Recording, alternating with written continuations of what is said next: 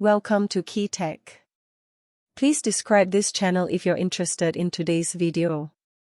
In 2025, the Netherlands enacted new regulations on lithography machines, sending shockwaves through the global semiconductor industry.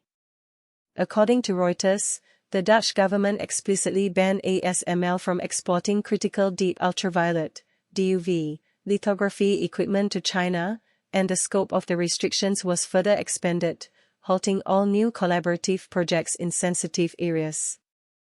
Previously, Bloomberg reported that the Netherlands intended to restrict ASML from providing equipment maintenance services to China. However, neither ASML nor the Dutch side gave a clear response. Industry insiders are well aware that this move was actually due to pressure from the United States. American economist Jeffrey Sachs bluntly stated that ASML is controlled by the United States. The origins of these restrictions can be traced back to changes in 2023. In March 2023, the United States took the lead in upgrading its export control rules to China, focusing on advanced manufacturing processes below 7 nanometers, attempting to curb the industry's development at its source. Shortly after, the Netherlands responded swiftly, issuing a statement in June of the same year explicitly stipulating that from September 1, the export of certain deep ultraviolet (DUV) lithography machines to China would require a special license. In light of this, Chinese companies had anticipated this development. In the first half of 2023, Chinese companies imported over $5 billion worth of lithography equipment from ASML, totaling more than 1,400 units.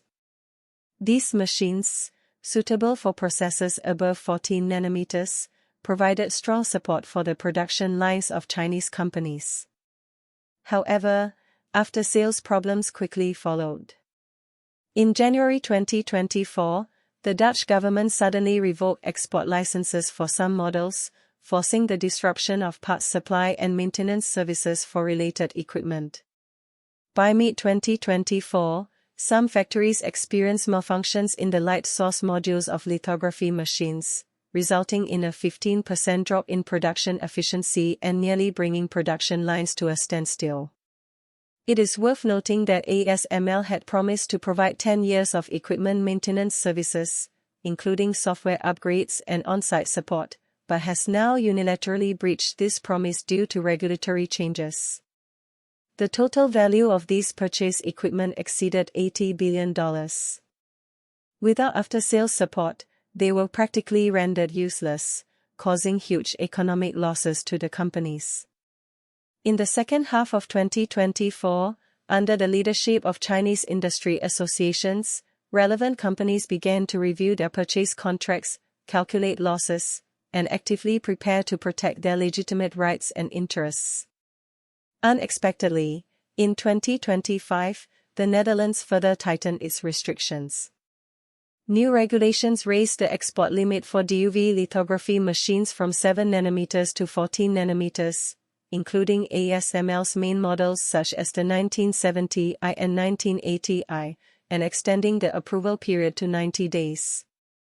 However, this move by the Netherlands can be described as harmful to others and not beneficial to itself. After the new regulations were introduced, ASML's stock price plummeted by 8.2%, and analysts predicted that the company's revenue in 2025 would shrink by 12%. Foreign media also commented that the worst fears of the US, Japan, and the Netherlands had come true. The reason why Chinese companies can maintain their confidence in such a severe external environment stems from their solid comprehensive strength, and this strength is constantly improving. China has long been strategically positioned for independent technological research and development.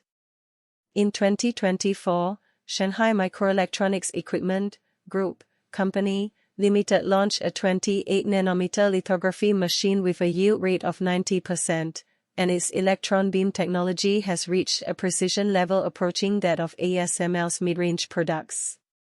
In 2025, the company filed patents related to extreme ultraviolet (EUV) technology and planned to achieve mass production in 2026, aiming to break ASML's monopoly in the high-end lithography machine field. Meanwhile, based on the stable mass production of 28nm process chips, the research and development of 7nm node technology has entered a critical stage. Furthermore, at the recent Greater Bay Area Semiconductor Exhibition, more than 30 semiconductor devices were exhibited, covering the entire chip manufacturing process, including etching and thin film deposition. A 90 GHz ultra-high-speed real-time oscilloscope was also released, with a performance improvement of 500%, successfully breaking the technological monopoly of Western companies in this field. In addition, shortcomings in electronic design automation, EDA, software and key components are being gradually addressed. Chinese companies are improving their related tools and intellectual property, IP, systems through mergers and acquisitions. The self-developed etching machine has been successfully applied to 5nm chip production lines, achieving a precision of 1/5 millionth the diameter of a human hair. In terms of resource control, China has consistently maintained a firm grip on the initiative. Since August 2023, China has implemented export controls on two key metals, gallium and germanium. It's worth noting that approximately 80% of global gallium and germanium production originates from China. In 2024, China added antimony to its export controls, and further tightened export policies to the US in 2025. This directly led to a 5% increase in production costs for Western companies and disrupted supply chains. More critically, new rare earth control measures have been introduced. According to this policy, if goods such as lithography machines contain 0.1% rare earth components originating from China, regardless of their origin or transportation route, permission from China is required for their use. This measure directly addresses ASML's pain points. It is understood that each ASML lithography machine consumes more than 10 kilograms of rare earth magnets, accounting for 30% of the motor cost, and the high-purity cerium-based materials required for lens polishing also primarily rely on Chinese supply. Analysts point out that the Netherlands' rare earth reserves can only sustain production needs for 8 weeks. Fundamentally, contracts are not merely empty words, rights must be fought for with strength. Chinese companies' demand for ASML to repurchase equipment is not unreasonable, but a reasonable response to its breach of contract. Currently, ASML faces a dilemma. If it complies with Dutch regulations, it will lose the Chinese market. If it wants to retain business, it cannot withstand pressure from the United States, ultimately facing a double predicament of damaged reputation and market loss. In contrast, China's external bottleneck challenges have not hindered its development but have instead spurred stronger independent research and development. From the great achievements of the 2 bombs, 1 satellite project to the successful networking of the Beidou navigation satellite system, and now to the chip industry being forced to upgrade due to external blockades, historical experience shows that blockades can never stop the pace of innovation. Instead, they create stronger competitors.